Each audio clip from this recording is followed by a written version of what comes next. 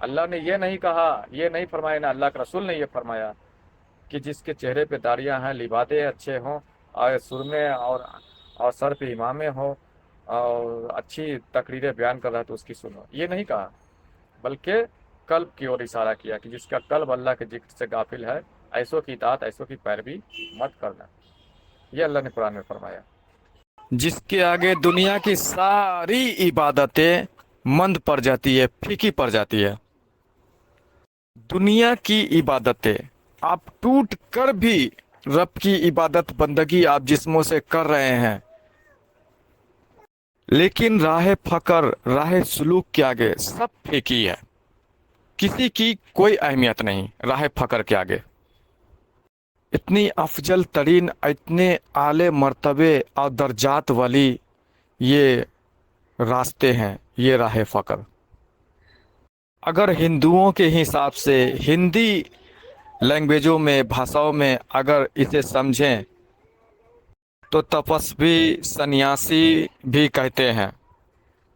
برہمچاریہ ہونا بھی کہتے ہیں۔ ہندو اور ہندی کے حساب سے اگر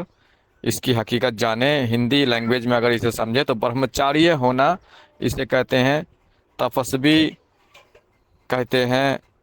سنیاسی کہتے ہیں، اور خاص کر عام بھاشا برہمچاریہ ہونا، یہ الفاظ، یہ لینگویج ہندوؤں میں، ہندی لینگویج میں زیادہ کہی جاتی ہے، برہمچاریہ اپنے اوپر لاگو کرنا، برہمچاریہ خود کے اوپر لاگو کرنا۔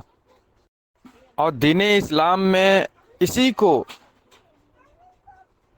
فقر کہا ہے، فقر، راہ فقر، راہ سلوک، اسی کو کہا ہے۔ ویسے تو یہ راہ فقر، راہ سلوک، یہ برہمچاریہ ہونا بہت ہی زبردست شے ہے، زبردست چیز ہے، لیکن لوگ جب اسے عملی طور پر خود پر لاگو کرتے ہیں، پھر دیکھنے کو یہ ملتا ہے کہ لوگ کہتے ہیں کہ یہ دیکھو جی، یہ تو بدل گیا ہے، اور پھر بیوی کو شکایت، باپ کو شکایت، ماں کو شکایت، محلے والے، دوستوں، یاروں کو شکایت، رشتہ داروں کو شکایت، اس طرح سے ہر کسی کو شکایت ہونے لگتی ہے کہ یہ بدل گیا ہے۔ پھر وہ بندہ اب جاتا ہے شکایتوں کو لے کر، اور پھر کہتا ہے کہ بھائی یہ راستے ہی غلط ہے،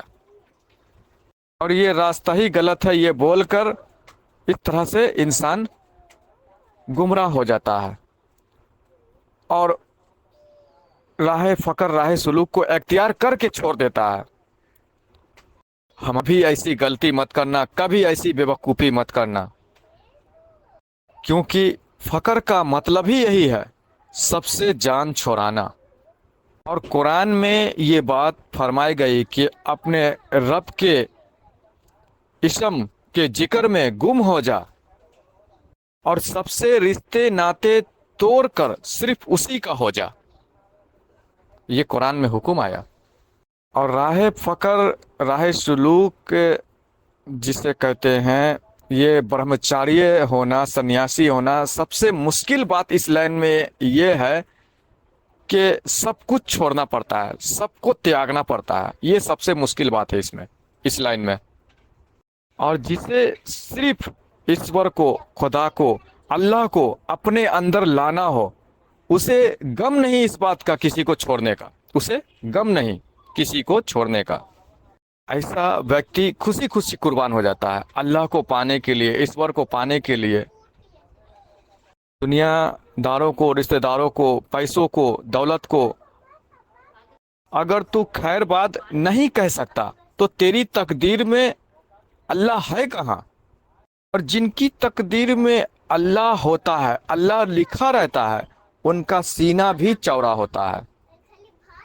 کہ لے لے سب کچھ، مجھے صرف تو چاہیے، مجھے صرف تو چاہیے۔ تو یہ ہے اصل برہمچاریہ، یہ ہے اصل فقر۔ اور فقر کے حوالے سے حضور نبی پاک صلی اللہ علیہ وسلم نے کئی حدیثیں بھی بیان فرمائی ہے کہ